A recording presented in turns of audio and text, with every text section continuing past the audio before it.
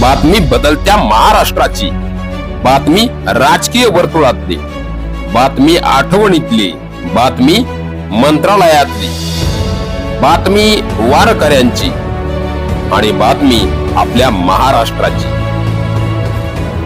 आपला महाराष्ट्र तेज महाराष्ट्र. पाहत रहा तेज महाराष्ट्र न्यूज.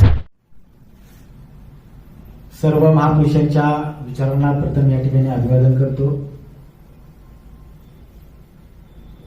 बहुजन समाज पार्टी आणि होलार समाज यंग ब्रिगेड यांच्या भूमिकेसंदर्भात आज या मीटिंगच्या माध्यमातून आपणांसमोर आमची भूमिका स्पष्ट करणार आहे.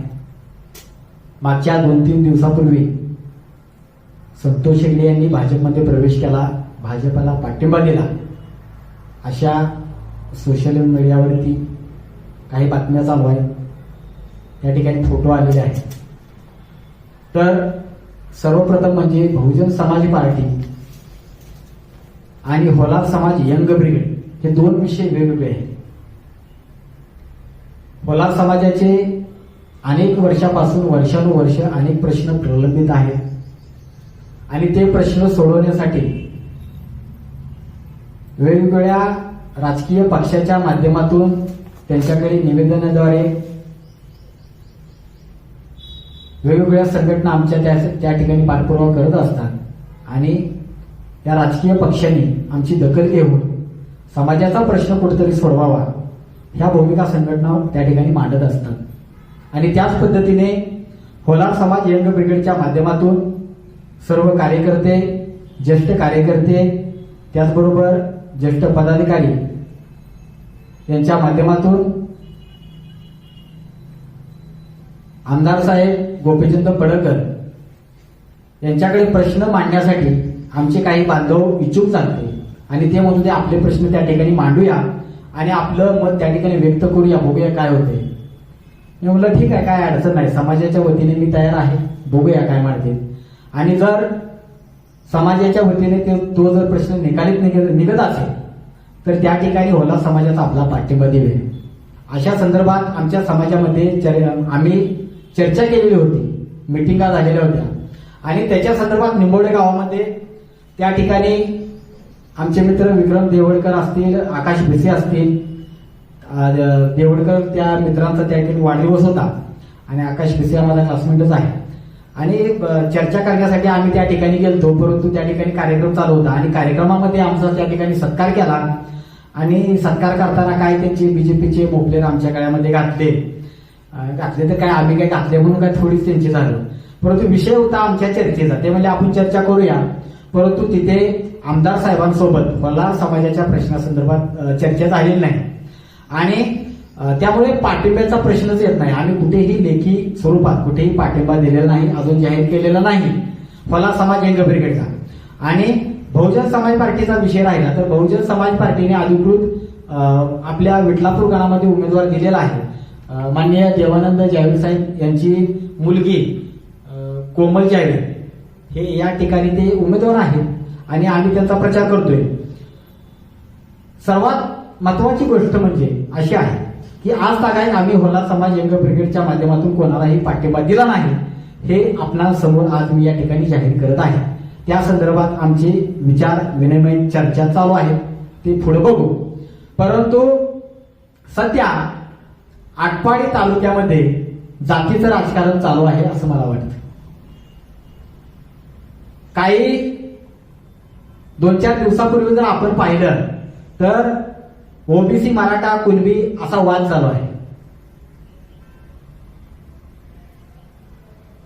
जिल्हा परिषद गटामध्ये करगणे हा गट ओपन आहे, खरसुंडी गट हा पण ओपन आहे.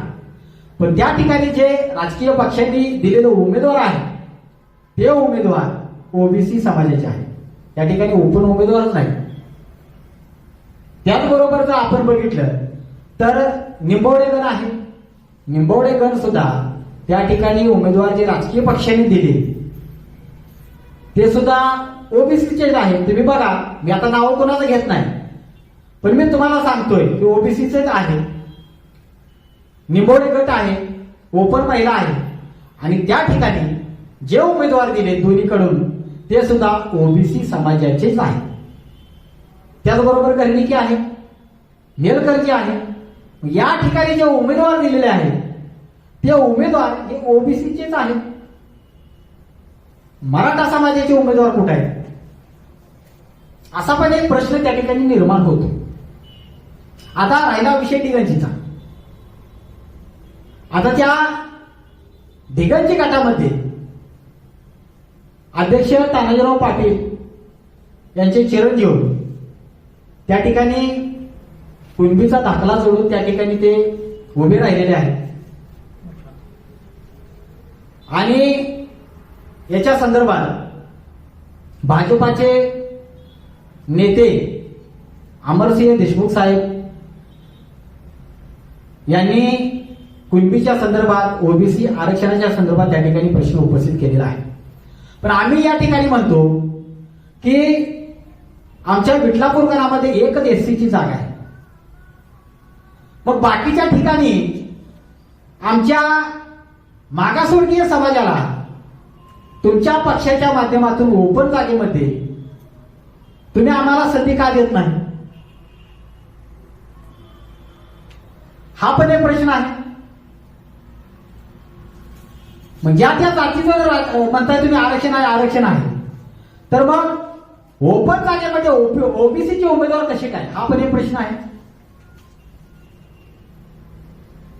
आता मुळात म्हणजे ते उमेदवार चुकीचे किंवा बरोबर हा विषय शासनाचा आहे, निवडणूक आयोगाचा आहे.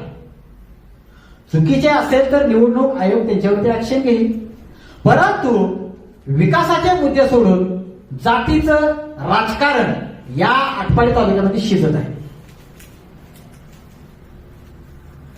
बापूसाहेब म्हणाले की मी धुराळं पेटवणार आहे.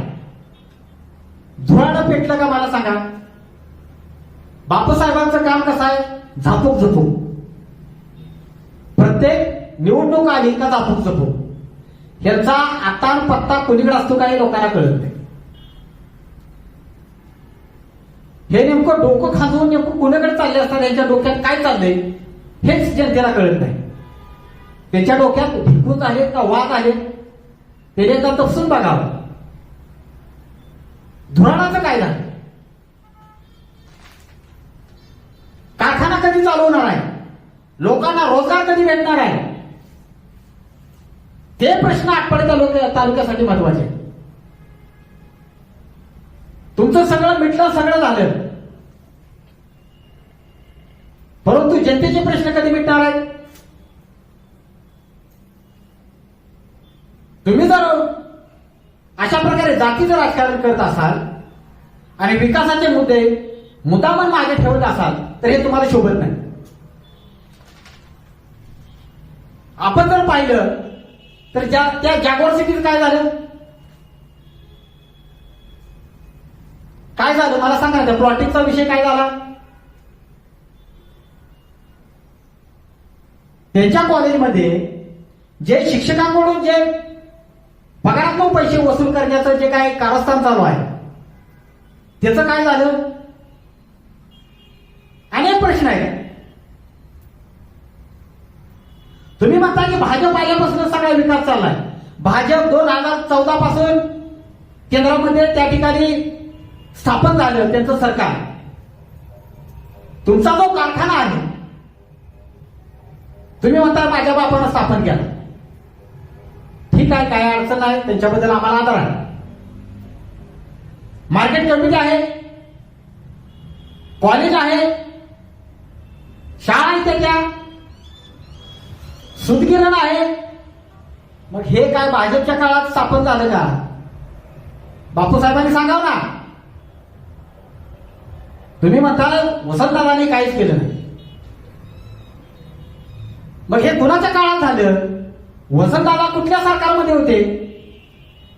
मग तुम्ही नेमकं काय बोलताय. तुम्ही म्हणता आताच पाणी आलं. मग त्याच्या अगोदर तुम्ही काय पाणी पित नव्हता का. तुम्ही 5 पर्यंत पाऊस होता का, आंघोळ करत नव्हता का. म्हणजे चाललंय काय, किती लोकांना याड लावायचं. जे महत्वाचे प्रश्न आहेत त्याच्यावरनं लोकांना डायव्हर्ट करायचं आणि दुसरे काहीतरी भलतेच विषय घ्यायचे. आटपाडी तालुक्यातील नागरिकांना त्यांच्या योजनासाठी तुम्ही काय करणार आहे सांगा ना. त्या धनगाव योजनेचं काय झालं? कुठं थांबली ती योजना? केंद्रात सरकार तुमचं, राज्यात सरकार तुमचं, मग कुठं पाणी मुरतंय सांगा ना तुम्ही. का तुमचा कारखाना चालू होत नाही सांगा ना तुम्ही. बापूसाहेबांचं माइंड म्हणजे बिझनेस माइंड आहे. फक्त आपला बिझनेस उभा करणे, त्याच्यातून 4 पैसे मिळवणे, मोठा व्यवसाय तयार करणे, एवढंच ह्यांचं डोकं आहे. जनतेच्या प्रश्नासंदर्भात त्यांना काही पडलेलं नाही.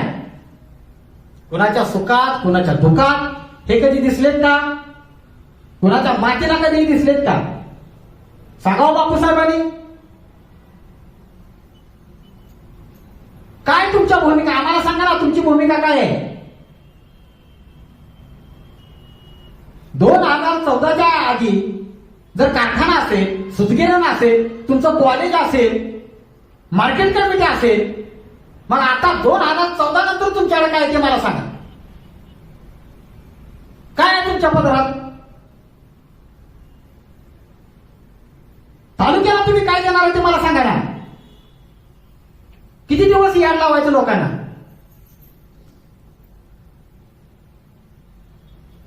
विकासाच्या संदर्भात तालुक्यात अनेक प्रश्न आहेत.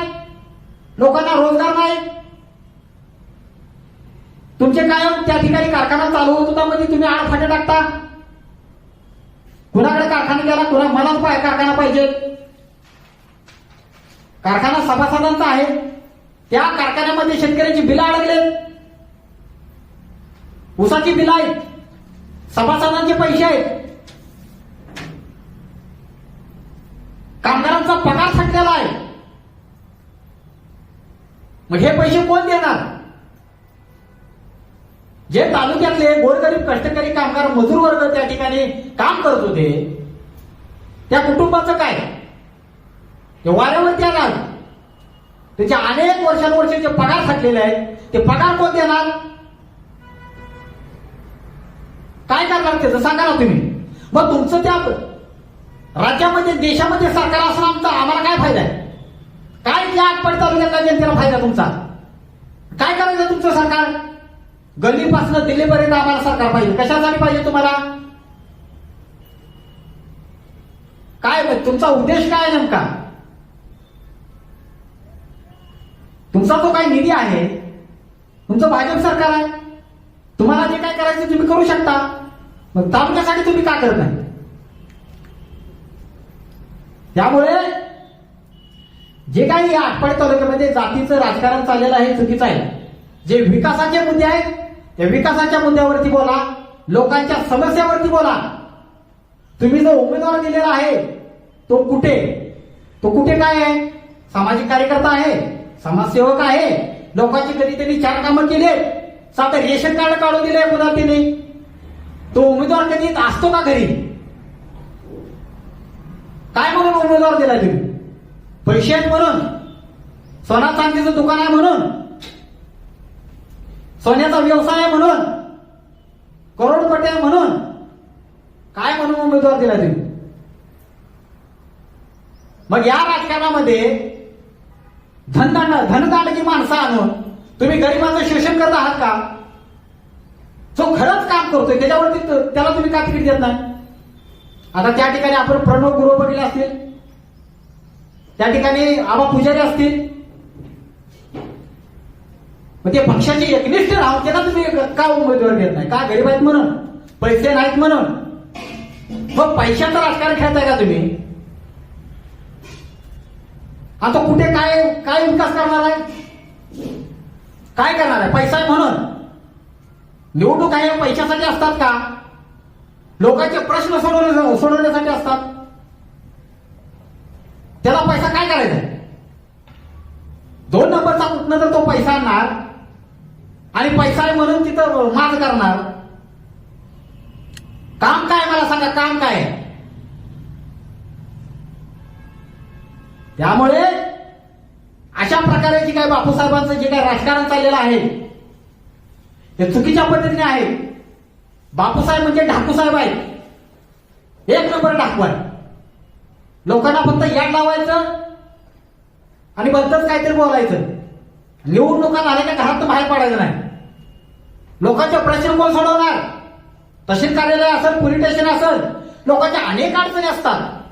कधी त्या ठिकाणी तुम्ही आलेला नाही. तुम्ही काय वाड्यात बसलेला असता. कोण प्रश्न सोडवणार? त्यामुळे जे महत्वाचे आणि विकासाचे मुद्दे आहेत, तालुक्याच्या प्रश्नाच्या संदर्भात जे मुद्दे आहेत त्याच्या संदर्भात बोलावं. त्याच्या संदर्भात निवडणुकीच्या माध्यमातून आपण प्रचाराच्या माध्यमातून मुद्दे उभे करावेत. या ठिकाणी जातीचं ह्याचं त्याचं असलं घाणेरडं राजकारण बापूसाहेबांनी करू नये. आणि या आजच्या मीटिंगच्या द्वारे आम्ही सांगू इच्छितो की येणाऱ्या काही दिवसात आम्ही कुणाला पाठिंबा द्यायचं, काय करायचं आम्ही ठरवू. परंतु विठलापूर गणामध्ये आम्ही जो काही उमेदवार दिलेला आहे त्या